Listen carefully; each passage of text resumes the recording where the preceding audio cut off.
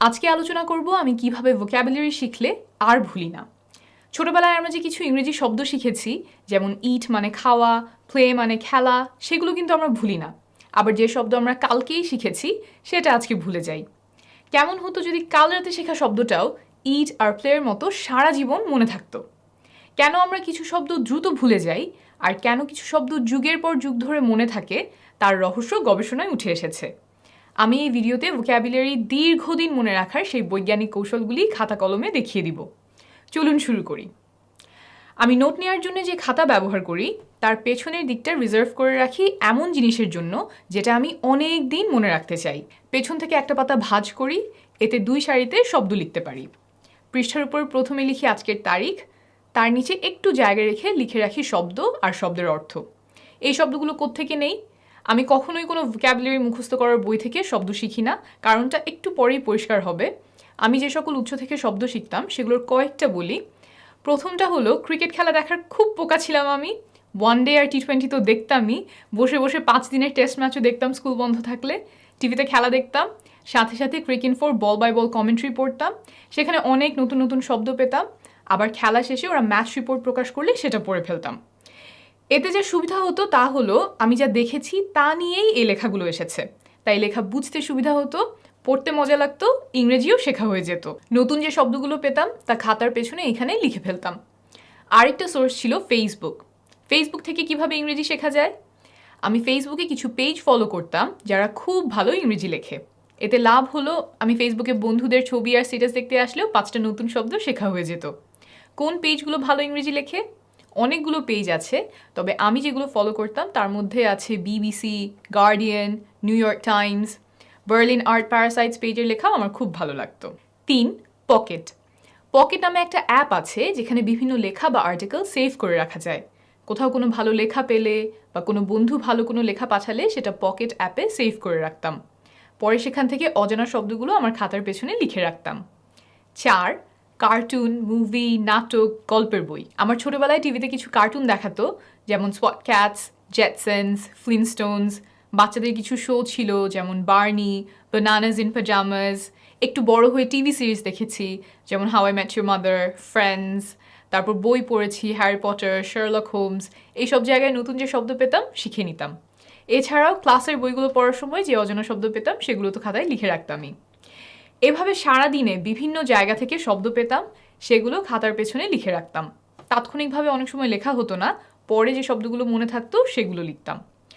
তারপর শব্দগুলো যাতে ভুলে না যাই সেই কাজ শুরু। কিভাবে পড়লে এই শব্দগুলো মনে থাকে আর ভুলি না সেটা বোঝাতে আমাদের ব্রেনটা কিভাবে কাজ করে সেটা খুব সহজ করে বোঝাবো। এটা বুঝলে যে কোনো কিছু মুখস্থ করে মজা পাবেন আর হয়তো ভুলে যাওয়া নিয়ে দুঃখ করবেন না। শেখার ক্ষেত্রে 2 ধরনের মেমোরি গুরুত্বপূর্ণ, ওয়ার্কিং মেমোরি আর লং টার্ম মেমোরি। ওয়ার্কিং মেমোরিতে থাকে যেটা নিয়ে আপনি বর্তমানে চিন্তা করছেন। এই মেমোরি থাকে মূলত ব্রেনের সামনের অংশে।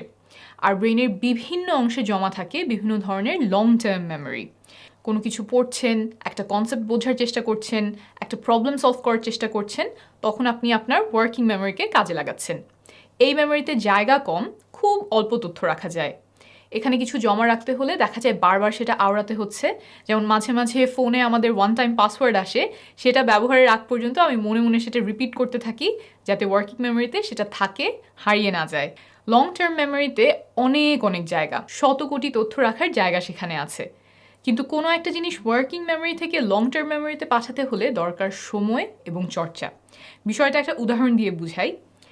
আজকে একটু আগে আপনি কি করেছেন সেটা আপনার নিশ্চয়ই মনে আছে, তবে 2 সপ্তাহ আগে এই দিনে এই সময়ে আপনি কি করেছেন সেটা কি আপনার মনে আছে?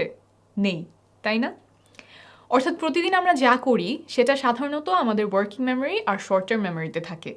তারপর নতুন ইনফরমেশন আসে আর আমরা পুরাতন ইনফরমেশন ফেলে দিয়ে নতুন ইনফরমেশনের জন্য জায়গা তৈরি করি, কারণ এই মেমোরিতে জায়গা অল্প। অপরদিকে দেখবেন আপনি ক্লাস 5-এ যা শিখেছেন তা কিন্তু এখনও মনে আছে, কারণ এই তথ্যটা লং টার্ম মেমোরিতে। এখানে যা রেখেছেন তা বহু বছর পরেও মনে থাকে। তাহলে কিভাবে ভোক্যাবুলারিগুলি আমি লং টার্ম মেমোরিতে নিয়ে যাই? এই কায়দাটা ওই খাতার পেছনে লেখার সাথে সম্পৃক্ত। আমি যে শব্দগুলো 1 তারিখে শিখেছি সেটা 2 তারিখে আবার রিভাইজ করি। রিভাইজ করার সময় একটা কাগজ নেই যেটা দিয়ে অর্থ ঢেকে রাখি, শব্দটা শুধু দেখে অর্থ মনে করার চেষ্টা করি। আরও মনে করার চেষ্টা করি শব্দটা আমি কোথায় শিখেছিলাম, বইয়ের কোন জায়গায় পড়েছিলাম বা নাটকের কোন সময়ে ব্যবহার হয়েছিল। যে শব্দটার অর্থ বা ব্যবহার মনে নেই সেটা একটু মার্ক করে রাখি। পুরো পাতা রিভাইজ করা শেষ হলে গুনে দেখি মোট কয়টা শব্দ আমার আজকে মনে আছে আর কয়টা শব্দ আমার মনে নেই। এই সংখ্যাটা তারিখ সহ খাতার উপরে লিখে রাখি। রিভাইজ করার আগে আমি ধরেই নেই যে সব শব্দের অর্থ আমার মনে থাকবে না, তাই কিছু শব্দের অর্থ আমার মনে না থাকলে মন খারাপের কিছু নেই।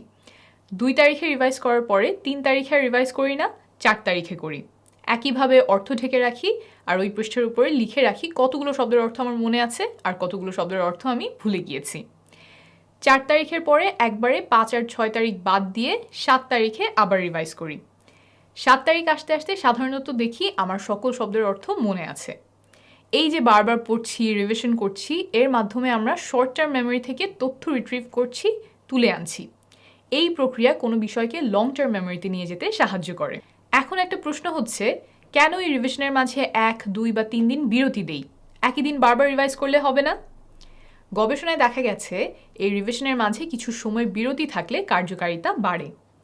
একই দিনে 4 বার রিভিশন দিলে সেটা বিরতি দিয়ে 4 বার রিভিশনের সমান কার্যকর হয় না। এই কারণেই কয়েকদিনের গ্যাপ অনেক গুরুত্বপূর্ণ। এই গবেষণা আর টেকনিকগুলো নাম সহ বিস্তারিত অন্য আরেকদিন আলোচনা করব। এতক্ষণ তাহলে শব্দের অর্থ মনে রাখার উপায় জানলাম। তবে দেখবেন কিছু শব্দের অর্থ আমরা জানি, পড়ার সময় অর্থ মনে পড়ে, কিন্তু নিজে লিখতে বসলে সেই শব্দটা আর মাথায় আসে না। তাহলে কিভাবে আমরা একটা শব্দ শিখতে পারি যেন তা লেখার সময়ও মাথায় আসে? আমি যে কৌশল অবলম্বন করতাম সেটা বলি। নতুন যে শব্দগুলো আমি নিজের লেখায় আনতে চাই সেগুলো ব্যবহার করে ছোট একটা কিছু লিখে ফেলতাম। এই লেখা হতে পারে 1 বাক্যের বা 10 বাক্যের, ডায়েরিতে বা ফেসবুকে। ফেসবুকে লেখার সুবিধা হলো এটা রাস্তায় আসা যাওয়ার সময় রিকশায় বসেও করা যায়। যা কিছু লিখতাম তার সব তো আর পাবলিক করার যোগ্য না, তাই কিছু স্টেটাস অনলি মি প্রাইভেসি দিয়ে পাবলিশ করে রাখতাম। লেখার সময় শব্দের সঠিক ব্যবহার করছি কিনা সেটা চেক করা গুরুত্বপূর্ণ। সেটা করার একটা সহজ উপায় হলো গুগলে যেয়ে শব্দটির আগে ডিফাইন লিখে সার্চ দেয়া। এতে শব্দের আরও কিছু ব্যবহার শিখে ফেলা যায়। গুগল ব্যবহার না করে ডিকশনারিও ব্যবহার করতে পারেন। ইন্টারনেটে যখন অ্যাক্সেস ছিল না তখন ডিকশনারি সবসময় ব্যবহার করতাম। এছাড়াও যেহেতু শব্দগুলো 500 বা 5000 শব্দের ভোকাবুলারি বই থেকে শিখি নাই, বরং ক্রিকেট কমেন্ট্রি, সংবাদ বা মুভি থেকে শিখেছি, তাই শব্দগুলোর একটা ব্যবহার সেখান থেকেও শেখা হয়ে গেছে। এখন চলে আসি কথা বলার সময় শব্দগুলো কিভাবে ব্যবহার করি। আমি যত শব্দ লেখায় ব্যবহার করি, কথা বলার সময় তার থেকেও সীমিত সংখ্যক শব্দ ব্যবহার করি। যত ভোকাবুলারি আমি শিখেছি সবগুলো কথা বলার মধ্যে আনতেও চাই না। যেমন হিউমঙ্গাস, এই শব্দটার অর্থ জেনে রাখলাম, কিন্তু এইটা আমি কথা বলার সময় ব্যবহার করব না, কারণ এর থেকেও আরও সহজ কমন শব্দ আছে যেটা সবাই বুঝবে, যেমন হিউজ। তো কথা বলার সময় যে শব্দগুলো আমি আনতে চাই তা ওই লেখার মতো করে বলার সময়ও ব্যবহার করা শুরু করি। এতে শব্দটা আমার আয়ত্তে চলে আসে। পুরো প্রক্রিয়া তাহলে সংক্ষেপে মনে করিয়ে দেই। শব্দ খাতায় লিখে রাখি, কয়েকদিন পরপর রিভিশন দেই, লেখায় ও কথা বলায় ব্যবহার করা শুরু করি। ভিডিওটি উপকারে আসলে আর কোন বিষয়ে ভিডিও দেখতে চান তা কমেন্টে জানাবেন। নেক্সট ভিডিওতে আবার দেখা হবে। আজকে আলোচনা করব আমি কিভাবে ভোকাবুলারি শিখলে আর ভুলি না। ছোটবেলায় আমরা যে কিছু ইংরেজি শব্দ শিখেছি, যেমন ইট মানে খাওয়া, প্লে মানে খেলা, সেগুলো কিন্তু আমরা ভুলি না। আবার যে শব্দ আমরা কালকেই শিখেছি সেটা আজকে ভুলে যাই। কেমন হতো যদি কাল রাতে শেখা শব্দটাও ইট আর প্লের মতো সারা জীবন মনে থাকতো? কেন আমরা কিছু শব্দ দ্রুত ভুলে যাই আর কেন কিছু শব্দ যুগের পর যুগ ধরে মনে থাকে, তার রহস্য গবেষণায় উঠে এসেছে। আমি এই ভিডিওতে ভোকাবুলারি দীর্ঘদিন মনে রাখার সেই বৈজ্ঞানিক কৌশলগুলি খাতা কলমে দেখিয়ে দিব। চলুন শুরু করি। আমি নোট নেওয়ার জন্য যে খাতা ব্যবহার করি তার পেছনের দিকটা রিজার্ভ করে রাখি এমন জিনিসের জন্য যেটা আমি অনেক দিন মনে রাখতে চাই। পেছন থেকে একটা পাতা ভাঁজ করি, এতে 2 সারিতে শব্দ লিখতে পারি। পৃষ্ঠার উপর প্রথমে লিখি আজকের তারিখ, তার নিচে একটু জায়গা রেখে লিখে রাখি শব্দ আর শব্দের অর্থ। এই শব্দগুলো কোত্থেকে নেই? আমি কখনোই কোনো ভোকাবুলারি মুখস্থ করার বই থেকে শব্দ শিখি না, কারণটা একটু পরেই পরিষ্কার হবে। আমি যে সকল উৎস থেকে শব্দ শিখতাম সেগুলোর কয়েকটা বলি। প্রথমটা হলো ক্রিকেট খেলা দেখার খুব পোকা ছিলাম আমি। ওয়ানডে আর টি20 তো দেখতামই, বসে বসে 5 দিনের টেস্ট ম্যাচও দেখতাম স্কুল বন্ধ থাকলে। টিভিতে খেলা দেখতাম, সাথে সাথে ক্রিক-ইনফোর বল বাই বল কমেন্ট্রি পড়তাম, সেখানে অনেক নতুন নতুন শব্দ পেতাম। আবার খেলা শেষে ওরা ম্যাচ রিপোর্ট প্রকাশ করলে সেটা পড়ে ফেলতাম। এতে যে সুবিধা হতো তা হলো আমি যা দেখেছি তা নিয়েই এই লেখাগুলো এসেছে, তাই লেখা বুঝতে সুবিধা হতো, পড়তে মজা লাগতো, ইংরেজিও শেখা হয়ে যেত। নতুন যে শব্দগুলো পেতাম তা খাতার পেছনে এখানে লিখে ফেলতাম। আরেকটা সোর্স ছিল ফেসবুক। ফেসবুক থেকে কিভাবে ইংরেজি শেখা যায়? আমি ফেসবুকে কিছু পেজ ফলো করতাম যারা খুব ভালো ইংরেজি লেখে। এতে লাভ হলো আমি ফেসবুকে বন্ধুদের ছবি আর স্ট্যাটাস দেখতে আসলেও 5টা নতুন শব্দ শেখা হয়ে যেত। কোন পেজগুলো ভালো ইংরেজি লেখে? অনেকগুলো পেজ আছে, তবে আমি যেগুলো ফলো করতাম তার মধ্যে আছে BBC, guardian, new York Times, Berlin art parasites পেজের লেখাও আমার খুব ভালো লাগতো। 3. পকেট। পকেট নামে একটা অ্যাপ আছে যেখানে বিভিন্ন লেখা বা আর্টিকেল সেভ করে রাখা যায়।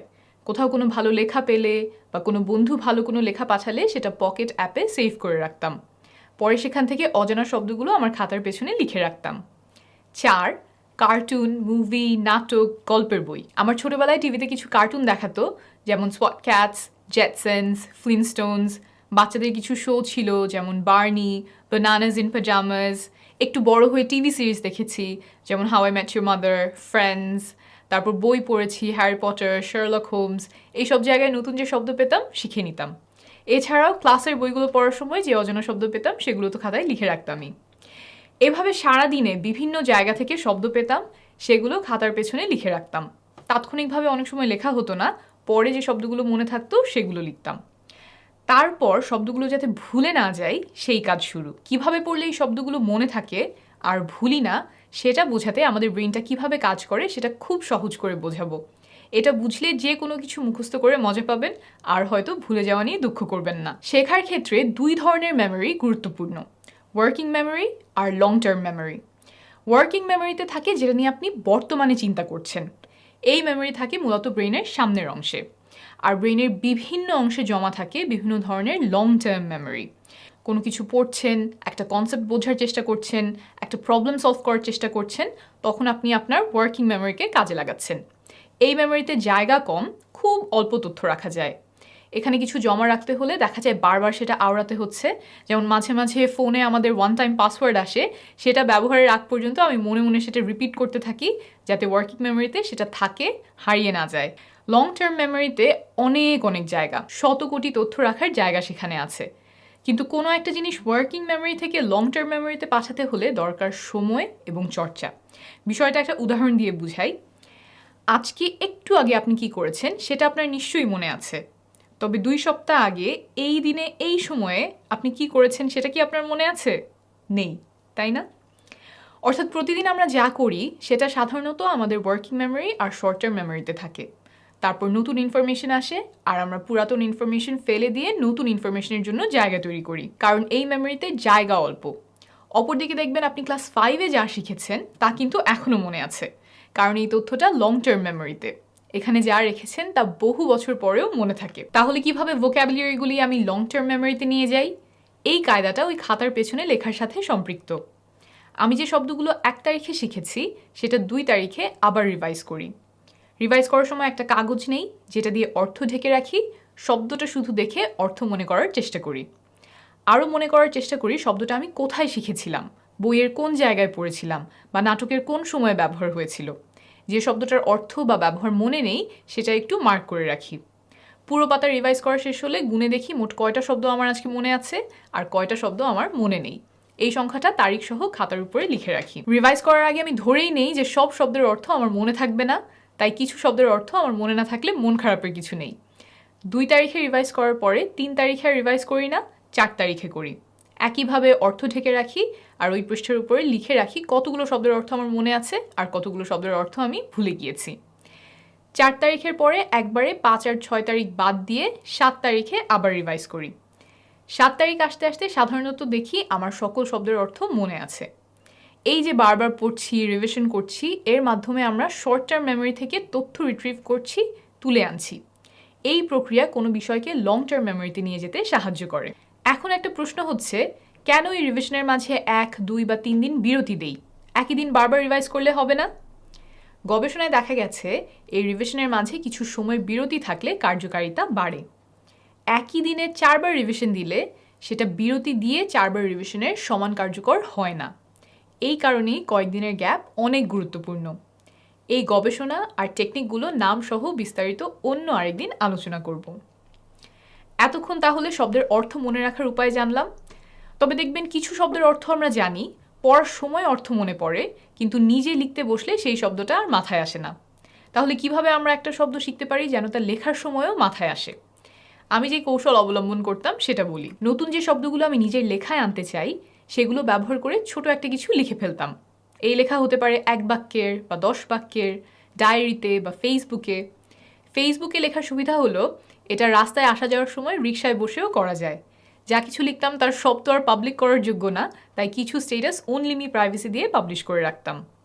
লেখার সময় শব্দের সঠিক ব্যবহার করছি কিনা সেটা চেক করা গুরুত্বপূর্ণ। সেটা করার একটা সহজ উপায় হলো গুগলে যেয়ে শব্দটির আগে ডিফাইন লিখে সার্চ দেয়া। এতে শব্দের আরও কিছু ব্যবহার শিখে ফেলা যায়। গুগল ব্যবহার না করে ডিকশনারিও ব্যবহার করতে পারেন। ইন্টারনেটে যখন অ্যাক্সেস ছিল না তখন ডিকশনারি সবসময় ব্যবহার করতাম। এছাড়াও যেহেতু শব্দগুলো 500 বা 5000 শব্দের ভোকাবুলারি বই থেকে শিখি নাই, বরং ক্রিকেট কমেন্ট্রি, সংবাদ বা মুভি থেকে শিখেছি, তাই শব্দগুলোর একটা ব্যবহার সেখান থেকেও শেখা হয়ে গেছে। এখন চলে আসি কথা বলার সময় শব্দগুলো কিভাবে ব্যবহার করি। আমি যত শব্দ লেখায় ব্যবহার করি, কথা বলার সময় তার থেকেও সীমিত সংখ্যক শব্দ ব্যবহার করি। যত ভোকাবুলারি আমি শিখেছি সবগুলো কথা বলার মধ্যে আনতেও চাই না। যেমন হিউমঙ্গাস, এই শব্দটার অর্থ জেনে রাখলাম, কিন্তু এইটা আমি কথা বলার সময় ব্যবহার করব না, কারণ এর থেকেও আরও সহজ কমন শব্দ আছে যেটা সবাই বুঝবে, যেমন হিউজ। তো কথা বলার সময় যে শব্দগুলো আমি আনতে চাই তা ওই লেখার মতো করে বলার সময়ও ব্যবহার করা শুরু করি। এতে শব্দটা আমার আয়ত্তে চলে আসে। পুরো প্রক্রিয়া তাহলে সংক্ষেপে মনে করিয়ে দেই। শব্দ খাতায় লিখে রাখি, কয়েকদিন পরপর রিভিশন দেই, লেখায় ও কথা বলায় ব্যবহার করা শুরু করি। ভিডিওটি উপকারে আসলে আর কোন বিষয়ে ভিডিও দেখতে চান তা কমেন্টে জানাবেন। নেক্সট ভিডিওতে আবার দেখা হবে।